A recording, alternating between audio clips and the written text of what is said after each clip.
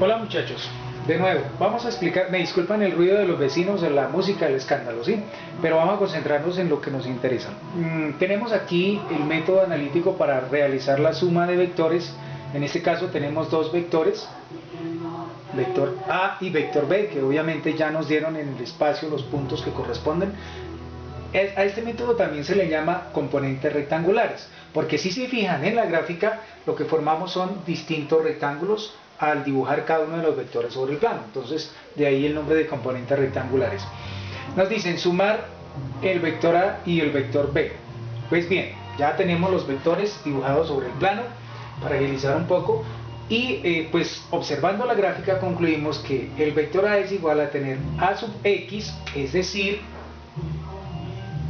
este pedacito acá, A sub X, que corresponde al espacio que ocupa el vector A sobre el eje X, y A sub Y, es decir, lo que ocupa el vector A sobre el eje Y.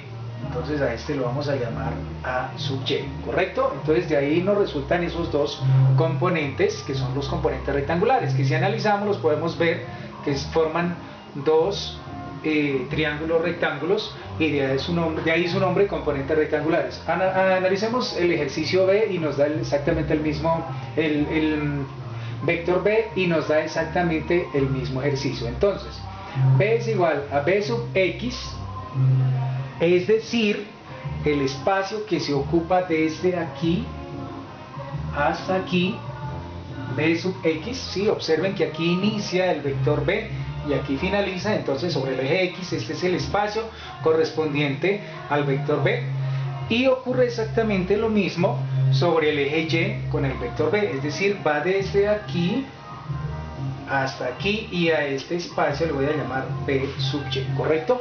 De ahí es donde salen estas componentes que estamos analizando en esta primera parte.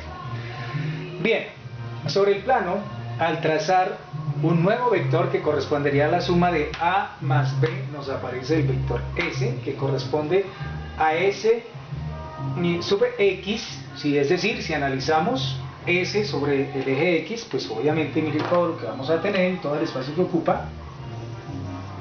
Este sería S sub X porque está sobre el eje X, y claro, todo esto correspondería a S sub Y. De ahí que S es igual a SX y S sub Y, que son los que ustedes están observando. En conclusión, tendríamos entonces la siguiente lógica, que S sub X, es decir, esto es igual a AX más BX, ¿correcto? Entonces S sub X, AX más BX. Y S sub Y es igual a sub Y más B sub Y, ¿correcto? Entonces de ahí, por lógica, sacamos analizando que esas son las componentes rectangulares de este ejercicio al sumar los dos vectores A más B. Bien, acordémonos entonces que los componentes rectangulares de un vector se determinan por el estudio del seno, el coseno y la tangente.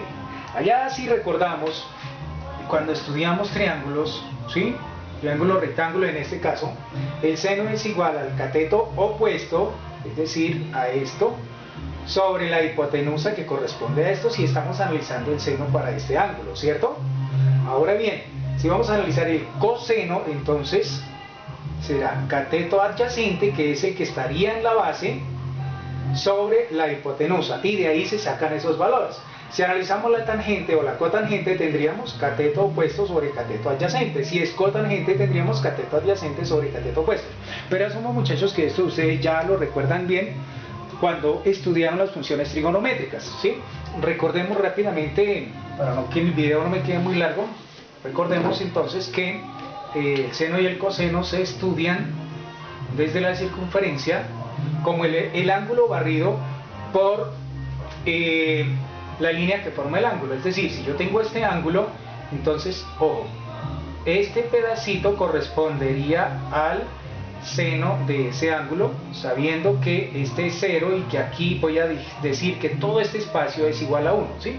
Es como si tuviese una linternita de acá arriba mirando hacia abajo, ¿sí? Proyectando una luz hacia abajo. Entonces esta lineecita que voy levantando me va proyectando una sombra sobre esta región, y todo esto lo voy dividiendo en fracciones para calcular el seno. Y el coseno entonces ya no lo estudio sobre X, perdón, sino sobre Y, y paso la linterneta hacia este lado para que proyecte la luz hacia allá. Y entonces la figurita que obtendría pues sería la inversa, ¿sí? Es decir, si voy a estudiar el coseno, entonces toda la sombra que se proyecta sería sobre Y, ¿sí? Entonces en este caso, si es el mismo ángulo, el coseno sería mayor que el seno, porque las sombras que proyectan sobre cada eje pues es diferente, ¿listo? Pero bueno, eso es tema que asumo que usted ya ha trabajado, ¿correcto? Entonces, en el siguiente videito vamos a tratar de hacer un ejercicio donde se sume en términos reales o en cantidades, en metros o en centímetros, un vector distinto, ¿ok?